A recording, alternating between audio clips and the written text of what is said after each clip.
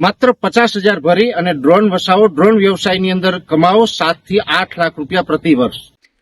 નમસ્કાર મિત્રો, ખાસ કરીને અત્યારે ગુજરાતના ઘણા બધા વિસ્તારો એવા છે જેને દુષ્કાળગ્રસ્ત જાહેર કરવા પડે તેવી પરિસ્થિતિનું નિર્માણ થયું છે। આગળ પણ વરસાદ થશે છતાં પણ અત્યારે વર્ષ છે એ નબળું છે। આ વિશેની સંપૂર્ણ વાત કરું એ પહેલા હું આપને એ જણાવી દઉં, હમણાં થોડા સમય પહેલા આપણે એક વિડીયો મૂક્યો હતો જેમાં આપણે જો આંબાનો બગીચો કરવો હોય અને કલમ વાવવી તો સારી કલમ બનાવતી જે નર્સરી હતી એની માહિતી આપી હતી ને એ વિડીયો પણ આ વિડીયોના અંતમાં સાઈડમાં બતાવવાનો છે। દરેક મિત્રો આ વિડીયોના અંતમાં એ વિડીયો જોઈ લેવાનો છે। હવે ખાસ કરીને જોવા જઈએ તો ગુજરાતની અંદર આમ તો રાજ્યની અંદર ચોમાસું છે 95% વિસ્તારની અંદર સારું પણ છે। આ એક ચોક્કસ છે કે 4-5 ઓગસ્ટ પછીથી અત્યાર સુધી કોઈ સારો વરસાદ છે રાજ્યની અંદર નોંધાયો નથી। છૂટાછવાયા અમુક વિસ્તારમાં હળવા સામાન્ય મધ્યમ ઝાપટા પડી રહ્યા છે, પણ કોઈ જગ્યાએ સારો વરસાદ છે એ આ ઓગસ્ટ દરમિયાન આપણે અત્યાર સુધીમાં નોંધાયો નથી। પણ હવે ખાસ કરીને જો આજે 17 ઓગસ્ટ થઈ ચૂકી છે અને હવે વાત કરવા જઈએ કે હવે પછી જો વરસાદ થશે, જોકે જો વરસાદ તો ઘણા બધા થવાના છે, ઓગસ્ટ એન્ડમાં પણ થવાનો છે, સપ્ટેમ્બર મહિનો પણ સારો રહેવાનો છે। મને તો એ વિશ્વાસ છે કે આપણે પાણીની વ્યવસ્થા પણ થઈ જશે। શિયાળુ પાક કે ઉનાળુ પાક છે એ પણ ખેડૂત કરી શકશે એટલે પાણીની વ્યવસ્થા થશે। પણ એ તો પછી શિયાળુ અને ઉનાળુ પાકની વાત થઈ, પણ ચોમાસું પાકનું શું? આમ જોવા જઈએ તો આપણા રાજ્યની અંદર ઘણી બધી યોજનાઓ ચાલે છે, એમાંથી એક યોજના એવી પણ છે કે 15 જૂનથી લઈને 15 ઓક્ટોબર સુધીનું જે આપણું ગુજરાતની અંદર ચોમાસું ગણવામાં આવે છે, આ ચોમાસા દરમિયાન સતત 4 અઠવાડિયા સુધી જે વિસ્તારની અંદર વરસાદ ન પડે એને દુષ્કાળગ્રસ્ત જાહેર કરવા પડે ને દુષ્કાળગ્રસ્તનું પેકેજ પણ આપવું પડે, જેમાં ખેડૂતોને પણ દુષ્કાળમાં જે નુકસાની જતી હોય એ પેકેજ મળવાપાત્ર થાય। માલધારી ભાઈઓ હોય તેને પણ ઘાસચારાનું જે પેકેજ છે આપણે આપવું જોઈએ।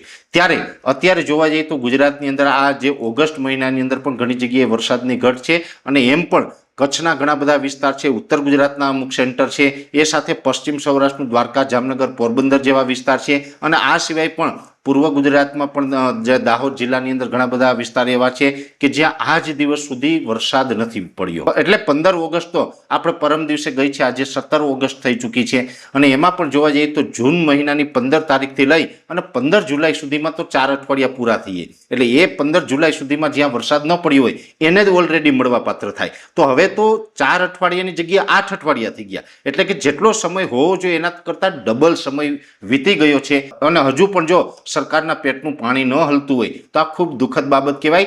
4 અઠવાડિયા સુધી વરસાદ ન પડે અને છતાં પણ આપણે જ બનાવેલા કાયદા, સરકારે બનાવેલા કાયદાને એ કાયદા મુજબ એને વળતર મળવાપાત્ર થતું હોય અને એની જાહેરાત કરવામાં ન આવે, આ ખૂબ દુઃખદ વાત છે। સરકારશ્રીને મારા તરફથી એક અપીલ છે કે જે વિસ્તારમાં કેનાલની વ્યવસ્થા છે, કેમ કે ગુજરાતની અંદર અમુક વિસ્તાર એવા પણ છે કે જ્યાં કેનાલથી પિયત આપી શકાય છે, તો કેનાલથી પિયતની વ્યવસ્થા કરાવે, એટલે કે કેનાલથી પાણી છે એ ખેડૂતોને આપે। સાથે જે વિસ્તારની અંદર કુવા કે બોરમાં પાણી છે ને પાણીવાળા વિસ્તાર હોય એને પણ અત્યારે દિવસનો પાવર અને 12 થી 14 કલાક જેટલો પાવર આપવો જોઈએ, જેથી કરીને ખેડૂત છે પોતાનો પાક છે એ બચાવી શકે। અને જે વિસ્તારની અંદર સતત આજે 8 અઠવાડિયા થઈ ગયા છે, જેમાં કચ્છના ઘણા બધા ભાગ છે, પશ્ચિમ સૌરાષ્ટ્રના ભાગ છે, બીજા પણ ઘણા બધા વિસ્તાર છે કે જ્યાં આજ દિવસ સુધી વરસાદ નથી પડ્યો, આવા વિસ્તારને સરકાર છે તાત્કાલિક દુષ્કાળગ્રસ્ત જાહેર કરી અને એને દુષ્કાળગ્રસ્તનું ખેડૂતોને પણ પેકેજ આપે અને સાથે સાથે માલધારી ભાઈઓને ઘાસચારાની વ્યવસ્થા સરકાર કરી આપે અથવા તો ઘાસચારાના પૈસા આપવા જોઈએ। આ સરકારની ફરજ છે। સરકાર કદાચ આ કામ કરી દે તો પણ એમાં કઈ ઉપકાર નથી કરતા સરકારની આ બધી ફરજ છે, એની જવાબદારી છે। ખેડૂત હોય, માલધારીઓ, આ બધા જ ટેક્સના પૈસાથી સરકાર ચાલે છે। સરકાર જે ભંડોળ આપશે એ પણ એના ખીચામાંથી નથી આપવાનું, એ પણ પબ્લિકના પૈસા છે અને પબ્લિકને જ્યારે જરૂર પડે, પબ્લિક ઉપર જ્યારે પણ આફત આવે ત્યારે પબ્લિકના પૈસા પબ્લિકને કામ લાગવા જોઈએ। જો પબ્લિકના પૈસા પબ્લિકને કામ ન લાગે તો આ સરકાર છે એ નિષ્ફળ ગઈ ગણાય। એટલે અત્યારે જે ચાલી રહ્યું છે તે ખોટું છે। ખરેખર અત્યારે દુષ્કાળગ્રસ્ત ઘણા વિસ્તારને જાહેર કરી દેવા જોઈએ। ભલે હવે પછી કદાચ ઓગસ્ટ એન્ડમાં વરસાદ પડે, સપ્ટેમ્બરના પ્રથમ અઠવાડિયામાં સારો થાય, વર્ષ પછી ગમે એટલું સારું થઈએ તો પણ હવે જે ચોમાસું પાક હતો એ તો અત્યારે નિષ્ફળ ગયો છે ઘણા બધા વિસ્તારમાં અને એમાં પણ હવે કદાચ વરસાદ પડશે તો પણ મગફળી, કપાસ કે જે સારા પાક જેમાં આપણે ઉત્પાદન લઈ શકાય આવા પાકનું વાવેતર તો હવે કરી શકવાના નથી। હવે ખેડૂત છે અડદ, મગ કે કોઈ બીજા નાના મોટા પાક વાવે તો એમાંથી તો બહુ આવક નથી થવાની। એટલે હવે વરસાદ કદાચ ગમે એટલો પડે, કૂવા ભરાઈ જાય, છતાં પણ ચોમાસું પાકમાં કપાસ, મગફળી જેવા પાકનું જે વાવેતર થતું હતું એ હવે થવાનું નથી, ત્યાં પાક નિષ્ફળ ગયો છે।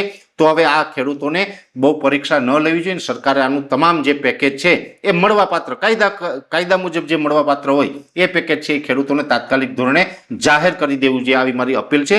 વિશેષ વાત છે એ નેક્સ્ટ વિડીયોમાં કરવામાં આવશે. અત્યારે આ વિડીયોની અંદર એટલું. અંતમાં આપને જણાવવાનું છે કે જે શરૂઆતમાં મેં આપને જણાવ્યું હતું, આ સાઈડમાં વિડીયો દેખાઈને ટચ કરીને જોશો એટલે આંબાની જે નર્સરી છે એના વિશેની સંપૂર્ણ માહિતી મળી જશે. દરેક મિત્રો વિડીયો લાઈક આપીને દરેક ગ્રુપમાં શેર કરવો, યુટ્યુબને સબસ્ક્રાઇબ કરજો, ફેસબુક અને ઇન્સ્ટાગ્રામને ફોલો કરજો.